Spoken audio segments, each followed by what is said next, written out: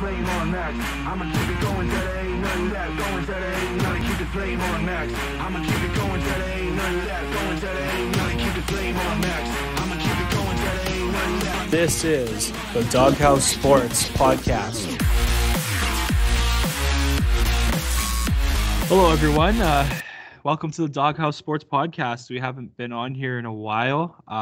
Been kind of busy lately with life, but got a special guest on today. He's been a guest on our show before. He's a good friend of the show. He's my cousin. He's my blood, man. Anthony, how are you doing, man? Thanks for coming on. You know, always a pleasure to have you. What's up? How's it doing? Yeah, man, just chilling, man. It's cold and snowing outside, and just trying to stay warm, you know. Yeah. So Cold weather.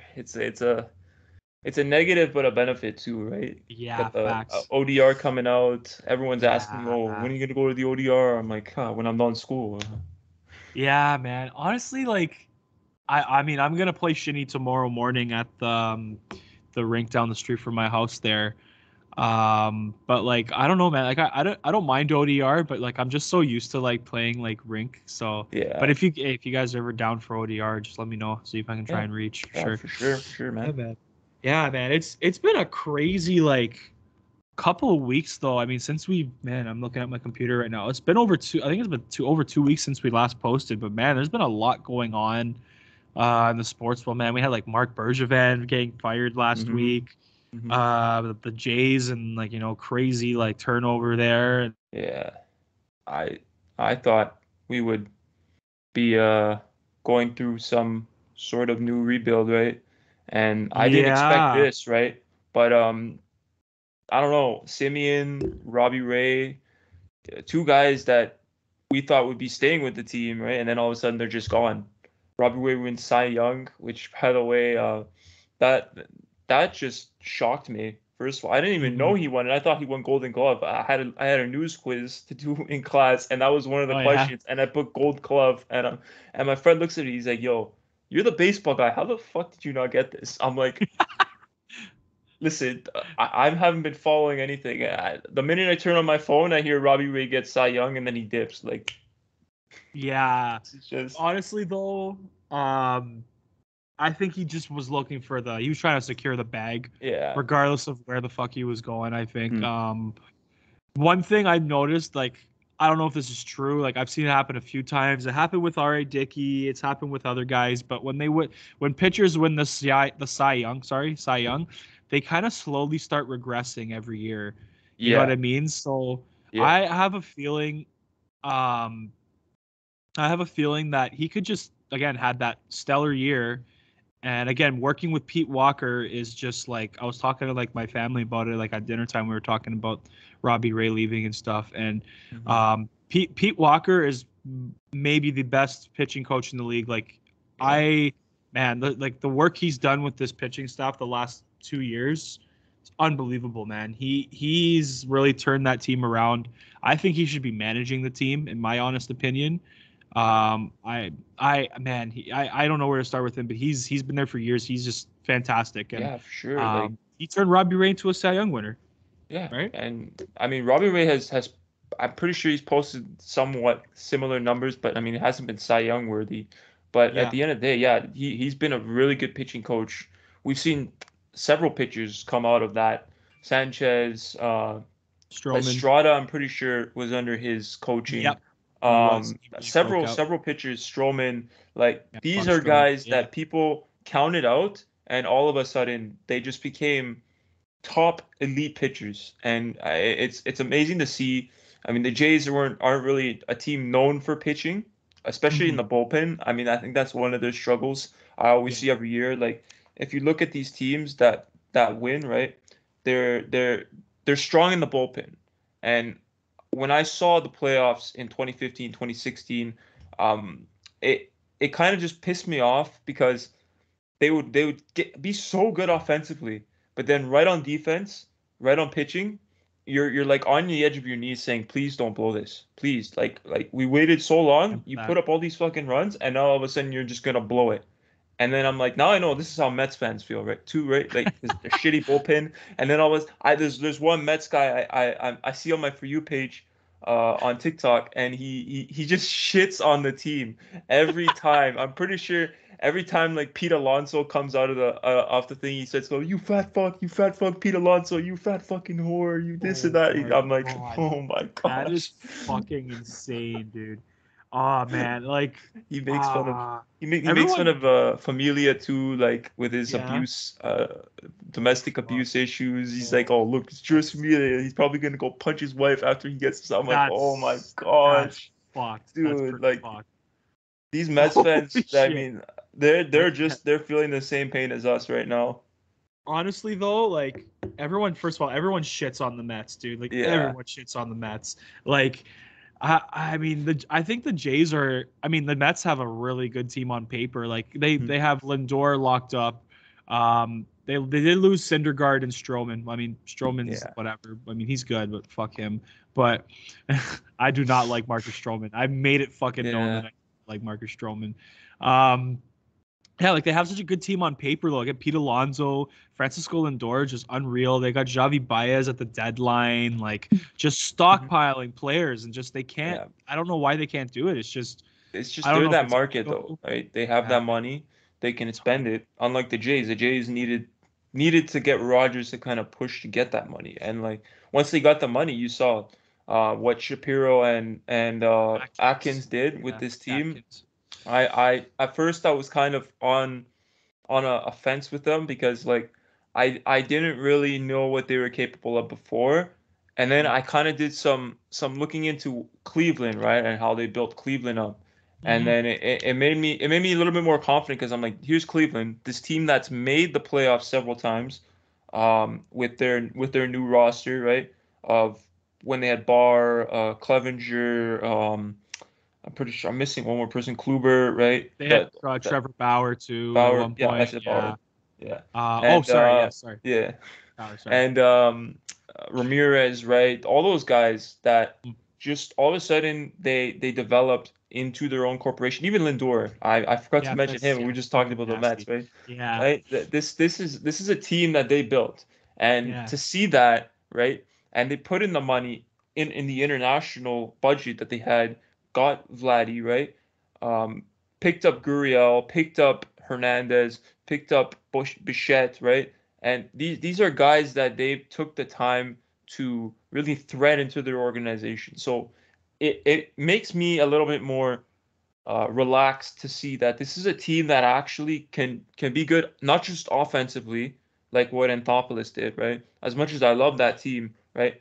But you need the defense, good defense makes good offense, right? And that's right. To secure a game, you need to secure it on the D. So that was really good to see that they have a young team to do that. For sure, man. Like I think myself, like, and a lot of other Jays fans too, were again very attached to like the Anthopoulos era, about the Bautistas, the Donaldsons, those kind of guys, Russell Martin.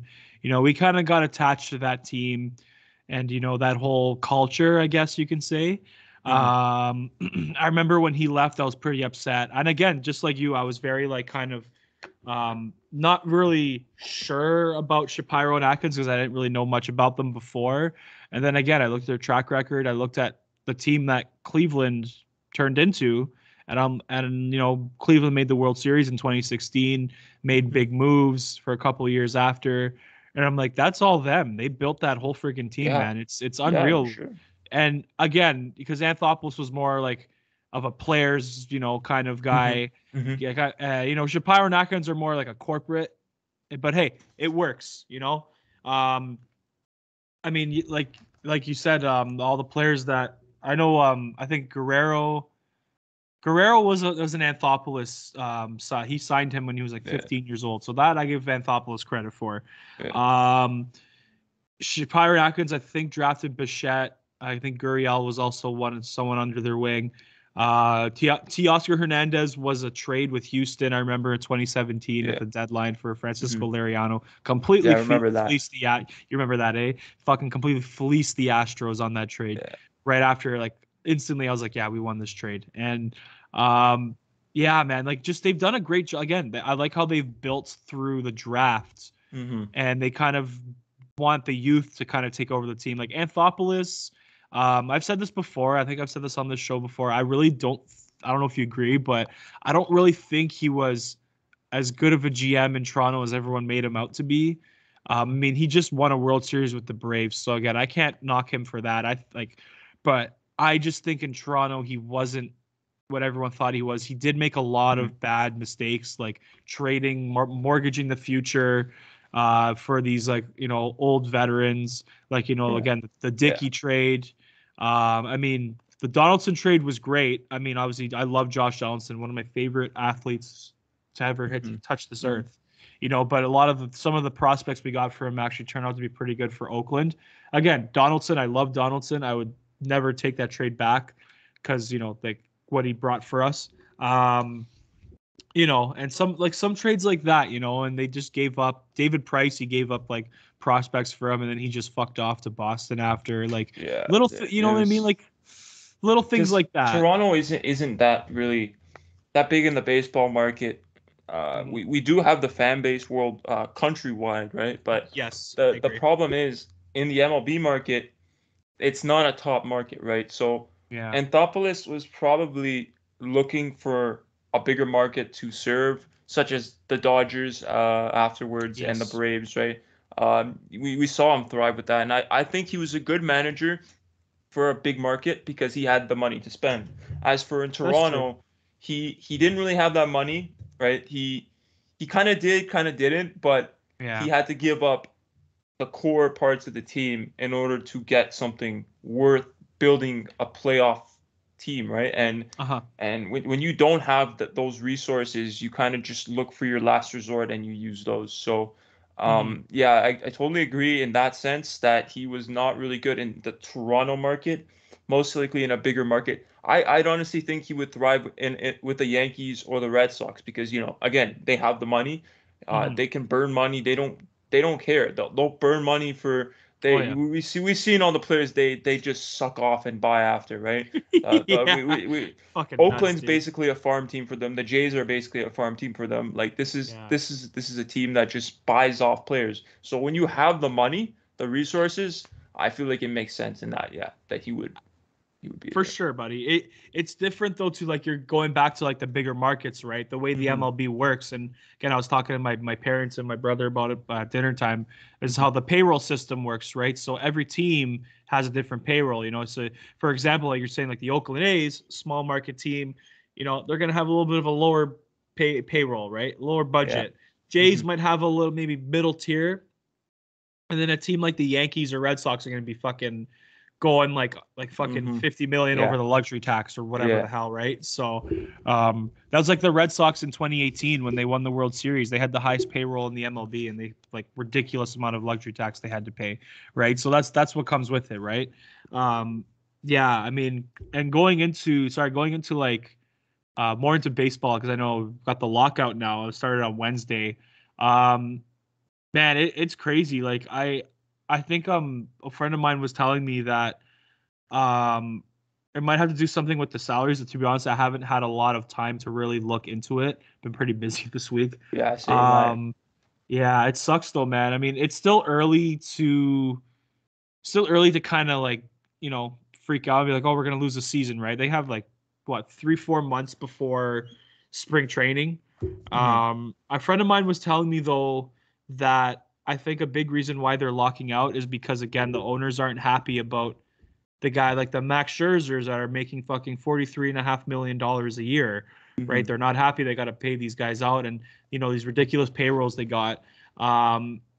He might have said something along the lines of you might see a salary cap in the MLB in the future, kind of like how the NHL, the NBA, even the NFL has a salary cap too, where you might kind of see a system like that coming soon.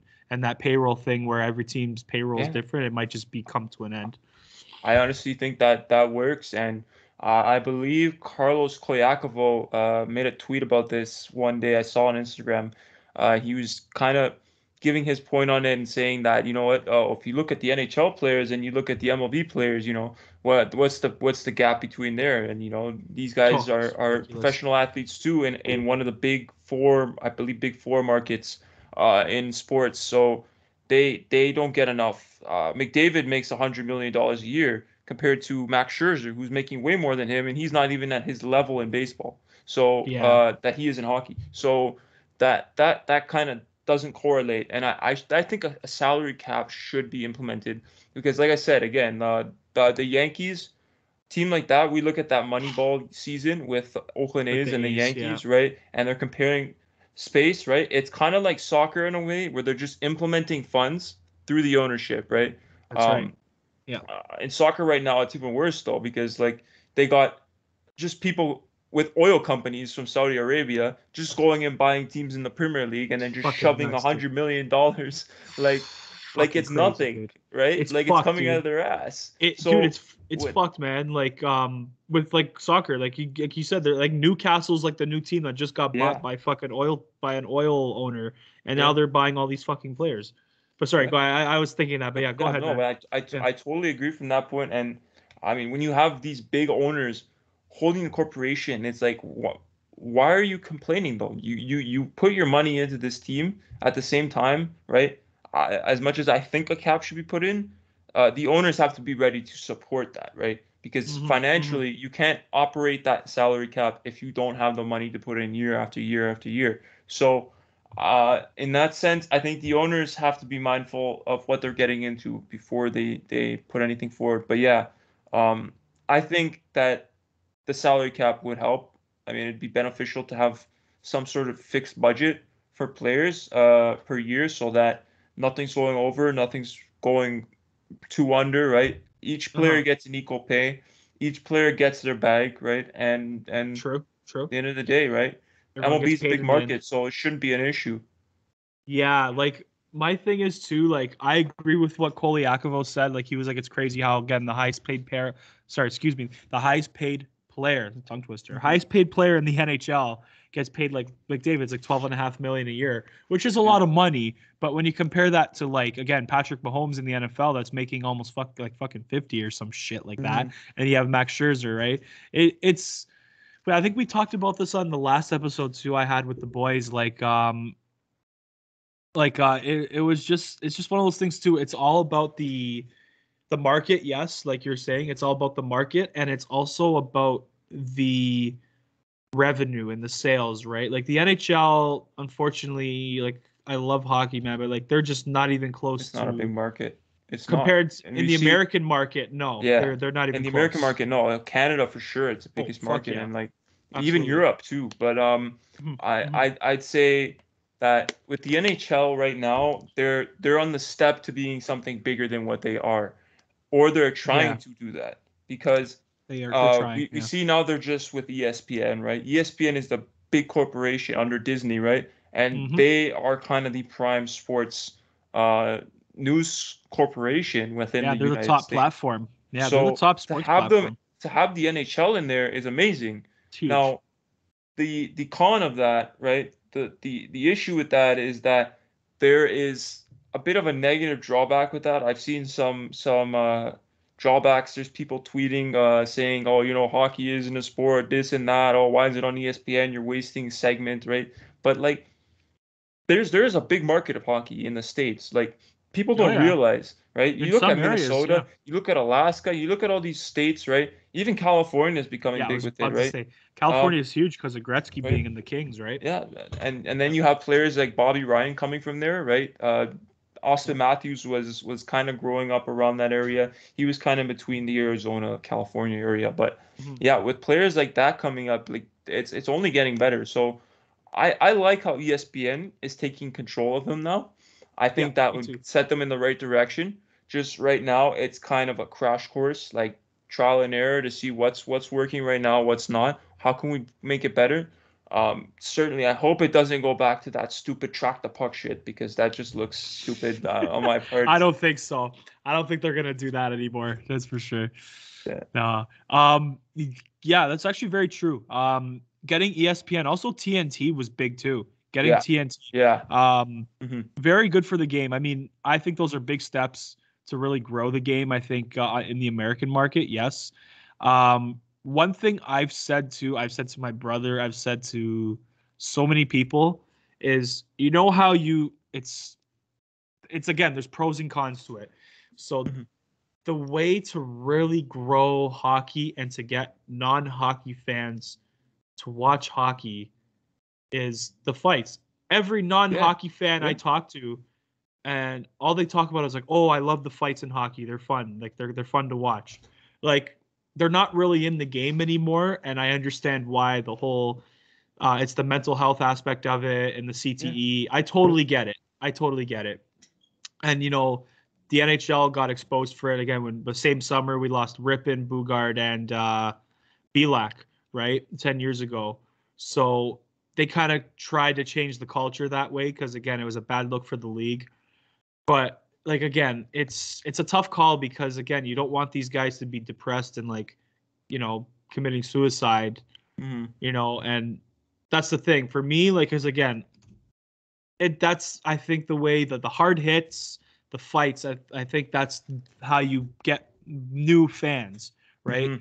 That's like the hard hitting physical hockey. I think is what you get because like it's something different, right? Like I mean, football is physical, right, with tackles and stuff, but like you're not gonna have guys dropping the gloves and beating the shit out of each other with their bare hands, right? Like it's not, you know what I mean? So I think that's how you grow. But again, the NHL's gone away from like the whole heavyweight goon thing, even the fighting thing as a whole. You're not really seeing a lot of fights. I mean, there's been some fights this year, but the fighting's not as much in the game as it used to. It'll never leave.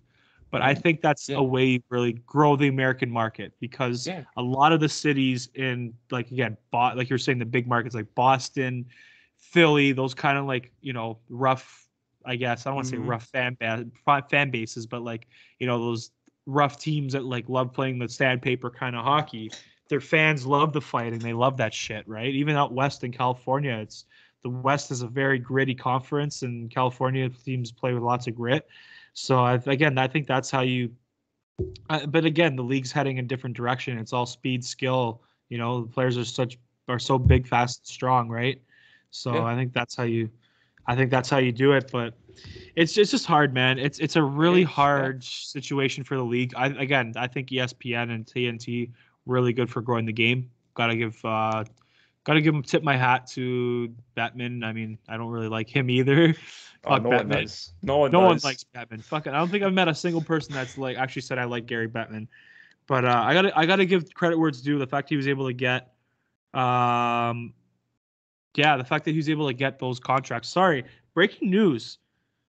Travis Green, I think, got fired by Vancouver, and they hired Bruce Boudreau. Wow. Yeah. Sorry, this is breaking news. So, wow. Okay, so they're stepping.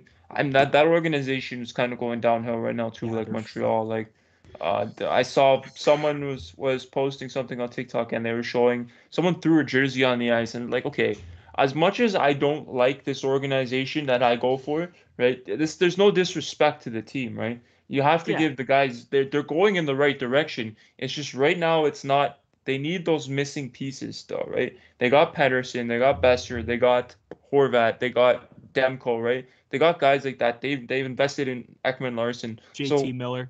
JT Miller as well. Yeah, I can't miss out on him, right? I love that guy. So they're in the right direction.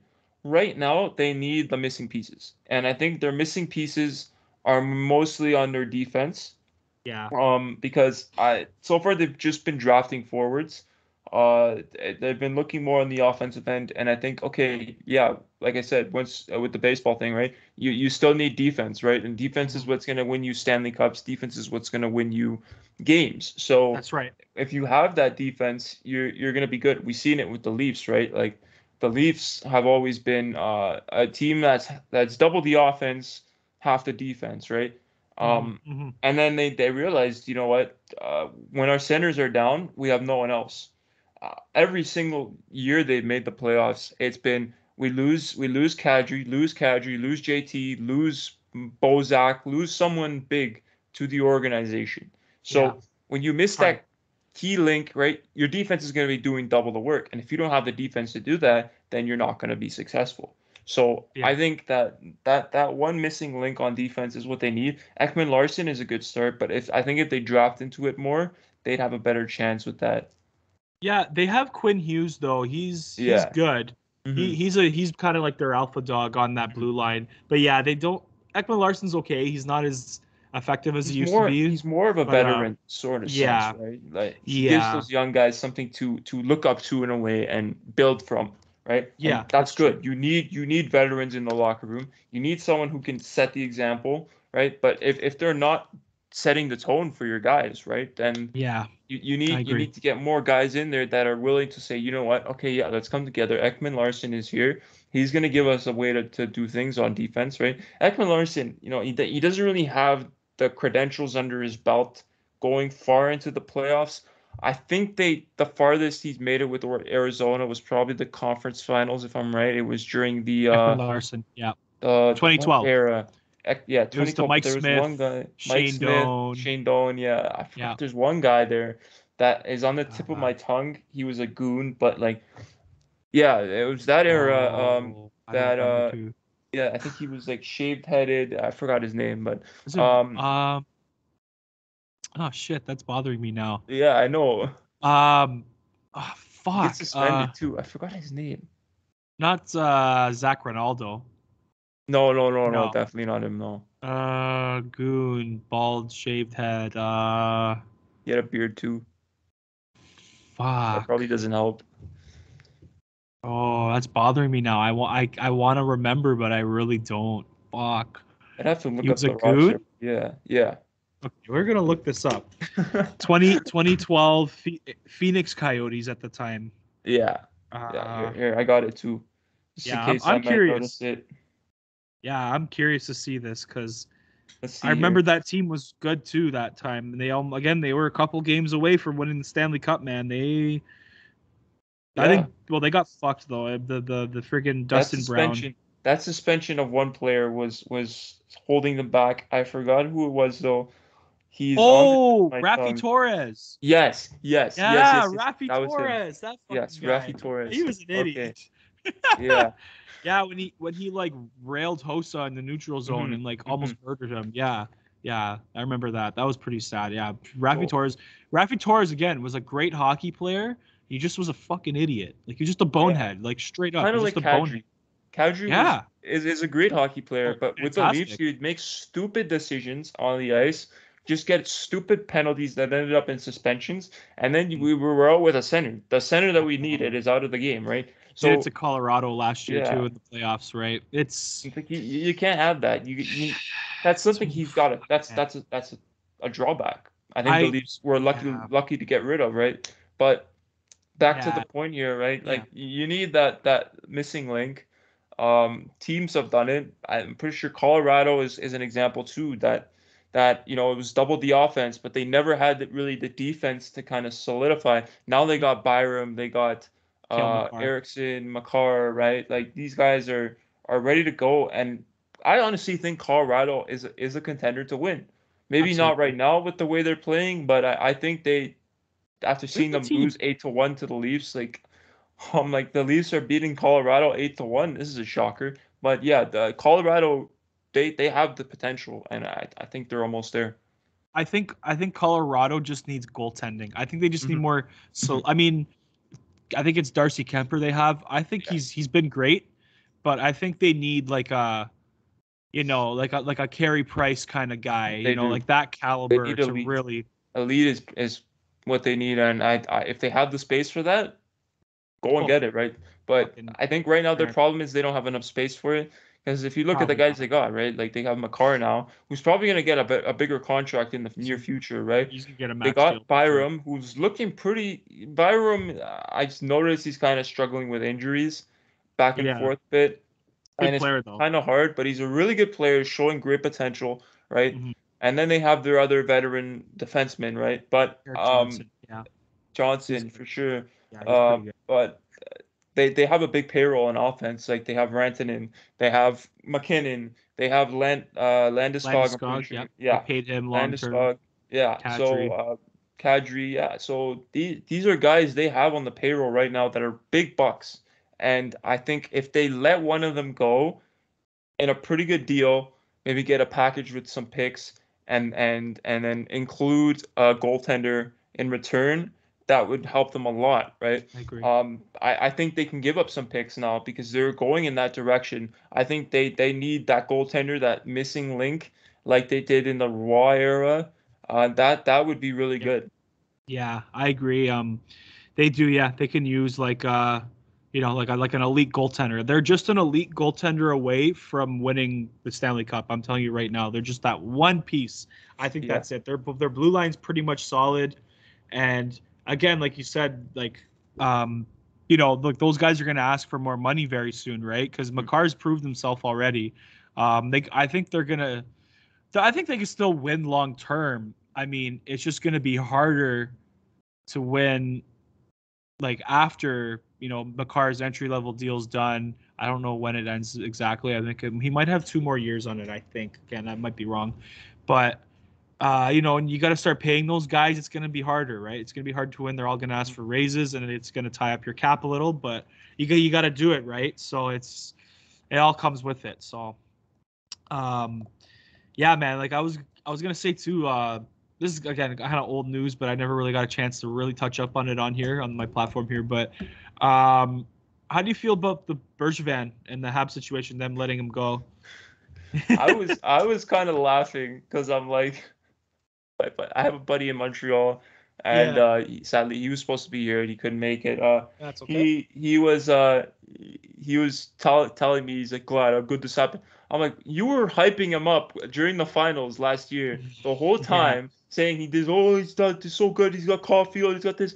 I'm like, one Caulfield is a fucking bust, honestly, in my opinion. Whoa, he's not going in. I'm sorry, on. I don't see him panning out that well. That's a hot fucking take. That's my buddy. take on the Caulfield That's right okay. now. I respect your opinion.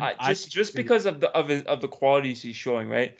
Like his size in the NHL is I think a setback, right? As a forward, there's not really a lot of players at his size that are good in this league where we have a lot of hitting, a lot of intensity, especially the playoffs. Last year, I think he did pretty good in the playoffs. I'll give him that. I'll give him that credit.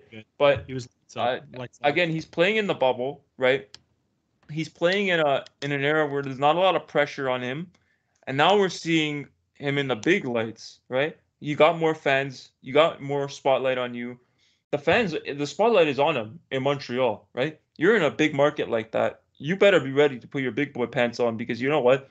This is Montreal. Fuck yeah. They're the oldest team in the league, and they have the most dedicated fan base. Hardest market to play in, hands down, man. It's one of the hardest markets.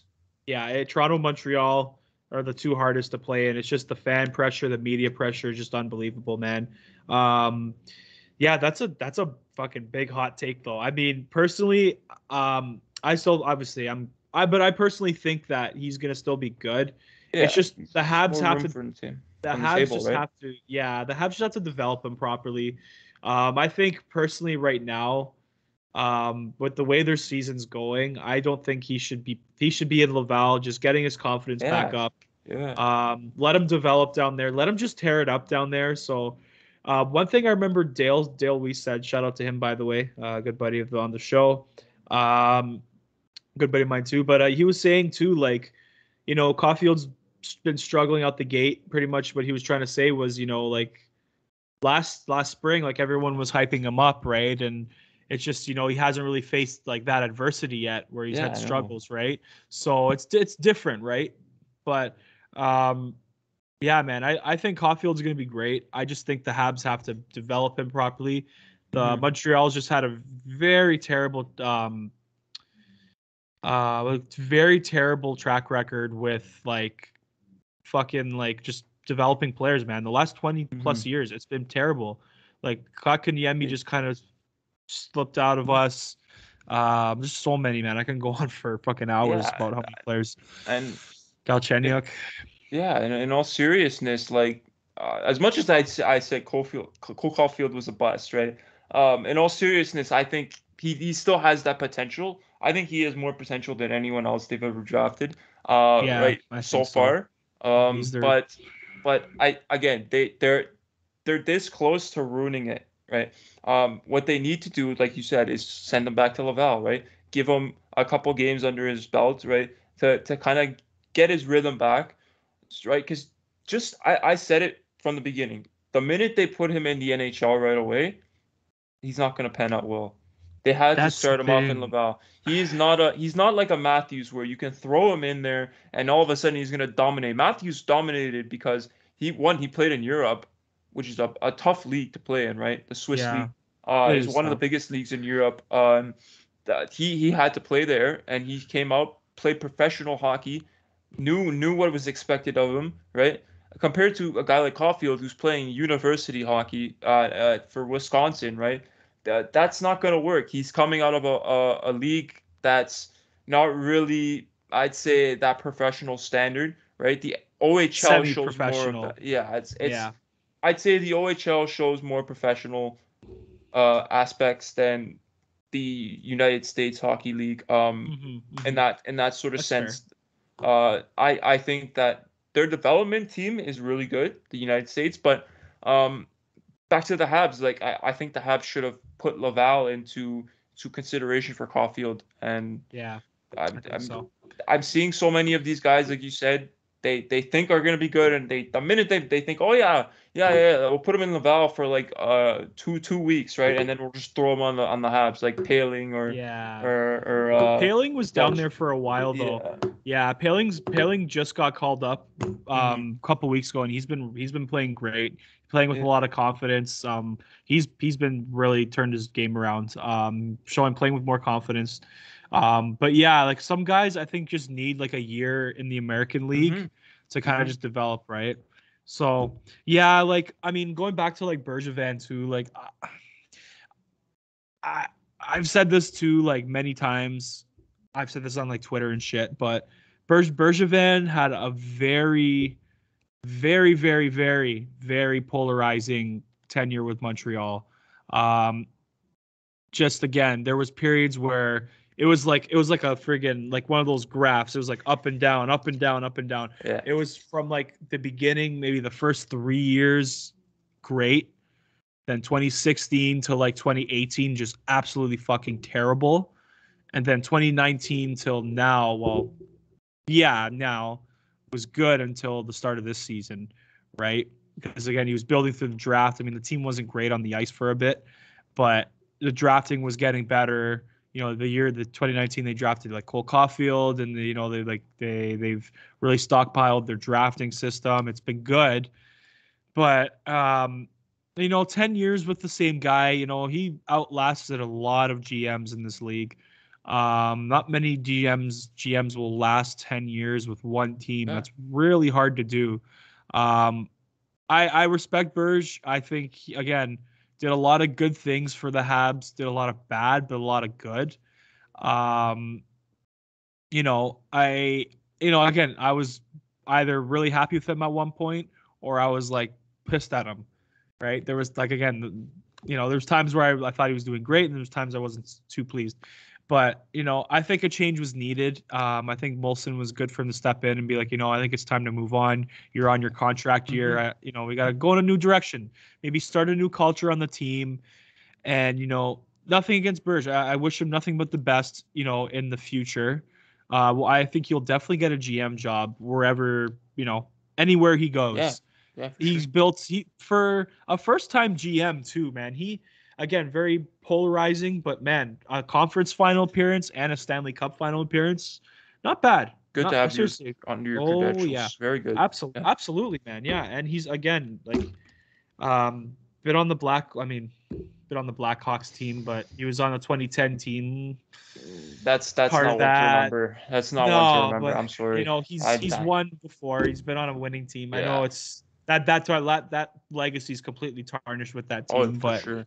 Yeah, so I mean, again, nothing against Berge. I don't think he was really aware of what was going on because he wasn't in the management team at the time. I think he was like a scout or some shit. So yeah, he was just coming up the ranks. Yeah, exactly. Yeah, I don't think he knew, and he said he didn't know. And again, his name didn't come up in the investigation when it was happening. So again, more to come, I guess. But for now, his name's cleared, so you can't go wrong with that. That's good.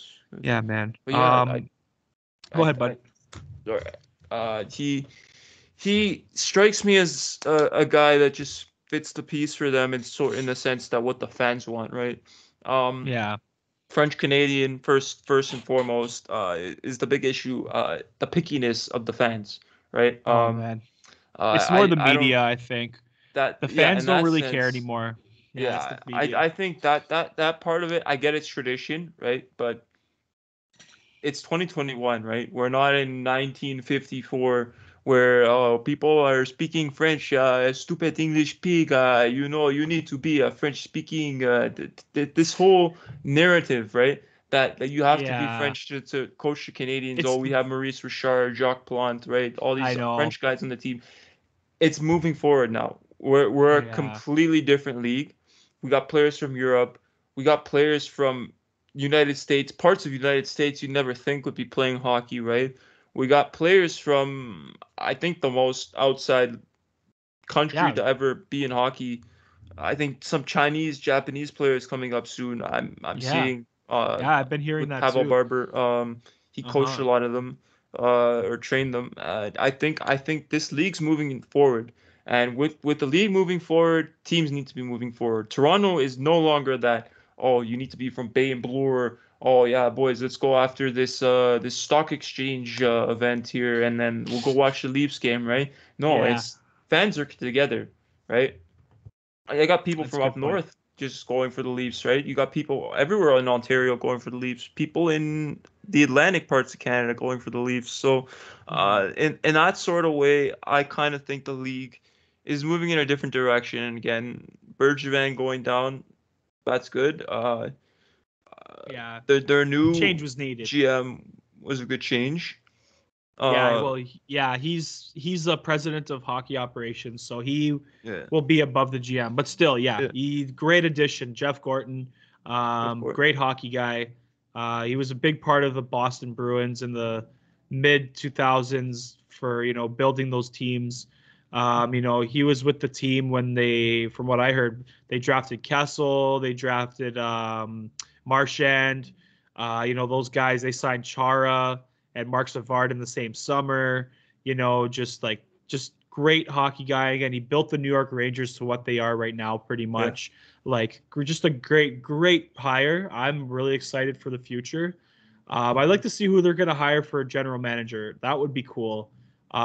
There's been a lot of guys' names on the list. I've heard Roberto Luongo, Matthew Darsh. Um, I've heard Patrick Waugh, but I personally do not want Patrick Waugh anywhere fucking near this team. No, again, I love Patrick, great player, and is arguably I mean, I still think he's the greatest goalie of all time. I think he was better than Brodeur. I think he's way better than Brodeur. That's my hot take for the day. But hmm just there's a lot of candidates out there. But yeah, like I again, I'm a Habs fan, obviously, very devout.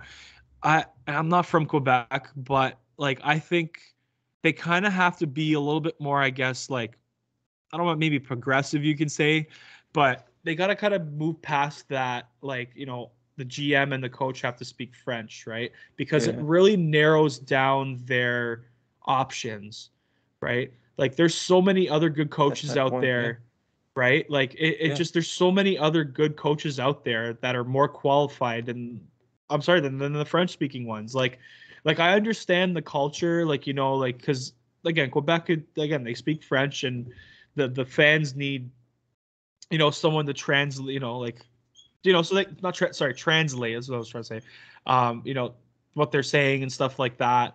But again, you can hire a translator for that. Get an English guy, English speaking guy, anglophone guy, and just get a translator that can translate everything he's saying in French. yeah, They yeah, do it in soccer all the time. yeah, um yeah.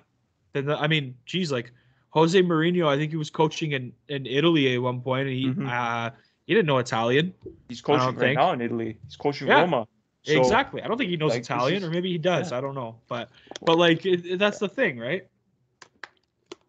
So I mean, regardless, I think hiring Jeff Gorton was a great hire. Yeah. Regardless who they have as GM, they're in right hands, I think.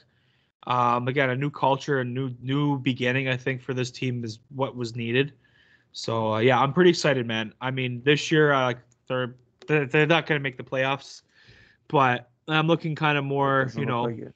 No, I'm being realistic. Like, I love my team. Yeah. I'm always going to love them. But, it's looking like they may not make the is what it playoffs.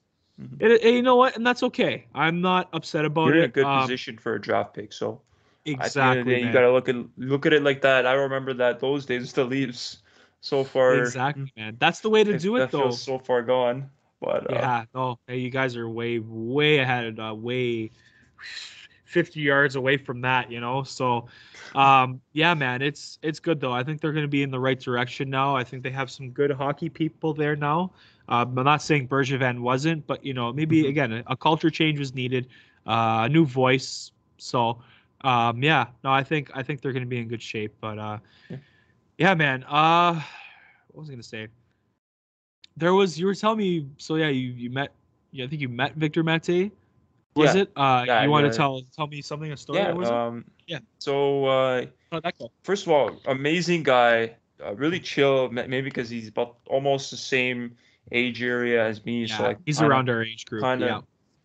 I think he's 98. I'm 01, so 3 years. 3 years older. He's in my generation gap. We'll just put it that way. Yes, for sure. He's very, very funny guy, honestly. Oh yeah. I showed my buddy from Montreal this because he bought the shirt that I don't know if the Habs were selling them or a fan made them and was selling them. It says Mint and then it has the Habs logo on it. Yeah. So he bought that shirt and I'm texting Mete to kind of sort everything out. I'm like, yo, when you want to do this, because I had called him one day a few weeks back to arrange it, right? And I said, oh, what's up? My name's Anthony, so and so, right? Put me with you. His uncle was fortunate enough to give us a chance to talk with him, right? He didn't mind doing it, right? So but I was calling him. I arranged everything. Moving on from that, weeks were coming. He told me he had to go on the road trip to Cali when they were on that big Cali road trip. Then I just texted him one day. I'm like, okay, well, deadline's coming close for my assignment, right? Let's just pick a day because it's a 5-minute interview. Be out of your hair, right? Be out of my hair. Works for both of us. Yeah, so he's like, yeah, okay, this day works for me. I'm like, yeah, okay, that day works for me. All of a sudden, he texts me, Mint. I started fucking. I'm like, he hit me with the Mint, right? And I showed my buddy. He went ecstatic. He's like, yeah. So it was pretty short answers. I get it because NHL players, they have to keep it short, right? Short and sweet. Getting it to the point until they retire. Then they can kind of just come out. Yeah. But it wasn't even a big story. I was just doing something on the COVID issue in Ottawa. That shut down the organization for a couple weeks for their games. And I asked him about that. He went through, the procedure, 10 days, and you go on the bus, you go back home, or you get a rental car, you go back home. He said, you stay there, and then it's back to business. So, yeah, it went smoothly. He's like, yeah, if you need anything else, just let me know. And I'm like, yeah, sure. So, yeah, he's very, very nice guy. Very nice guy. Very funny. I've heard. Yeah, that's awesome. The Mint thing. It's such a iconic thing with the Habs and Habs fans and that whole culture and community. It's a Woodbridge thing too. It's a Woodbridge. He just brought the Woodbridge aspect to Montreal, and that's right, man. Him and Kotkaniemi, they were the Mint brothers for so long, and that's what I mean. They had the shirt with the Mint thing on it. That was a huge marketing thing for the Habs. It was awesome though. Yeah, man. No, that's cool, man. I honestly I'd like to interview him one time. He seems again a pretty chill dude. Yeah, we'll see in the future, right? Yeah. No rush, right? Sure. He was on Habs Tonight actually in the summer. Dale had him. And it's a good interview. Yeah, he's a nice kid. You can tell he's a good kid. He's a good Italian boy, can't go wrong. Yeah. Yeah. Boy. That's right, man. Representing. Yeah. Fucking A. Yeah, so let's see. We got we were talking about this, and this was kind of different. Malcolm Subban got traded to Buffalo, I think, was it? Yeah. Yeah. I'm happy for him, man. He kind of had a lot of pressure to start his career, to kind of because again, the family name, obviously PK at the time he's was under that shadow. Electric. Right? Yeah, PK was electric in Montreal at that time. So the Subban family name was, very high pressure, right? Again, I think he's a good goalie. He's been like a pretty decent goalie, man. He's done his, paid his dues and stuff. So I think he'll be the starter in Buffalo, from what my understanding is. I think that's good opportunity for him. Yeah, Buffalo's an organization where it's like there's not really much for them to offer. So there's always that opportunity to say, hey, you know what? I can either be that guy or be that guy, right? Where exactly, in a sense where you're either good or you're not, right? If you're not good, you tried, right? If you're good, it's gonna be good because the organization needs that, right? Yeah, and you got the opportunity. It's an audition team, I'd say. That's what I want to call them now. Buffalo is an audition team. You either make it or not. They're the team where you got opportunity, right? Unfortunately, they have their issues now with Eichel. Eichel wants to be gone. He already got traded. He's gone now, Vegas, right? He wanted to be gone, rather. Yes. And he got what he wanted, right? He's in Vegas. He gets to go blow his money, maybe become like Evander Kane. Oh God, I hope not. That'd be depressing as fuck. But I said in one of the other episodes, I was like, if Jack Eichel likes strippers and cocaine, like Vegas is a perfect fit for him.